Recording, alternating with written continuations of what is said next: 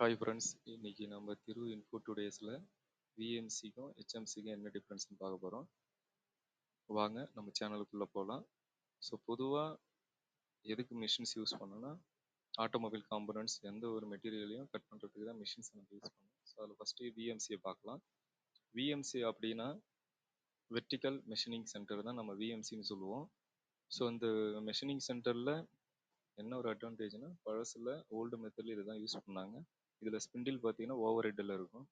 அடுத்து ஹெச்எம்சி அப்படின்னா என்னன்னா, ஹெச்எம்சிங்கிறது ஹரிசாண்டல் மெஷினிங் சென்டர்.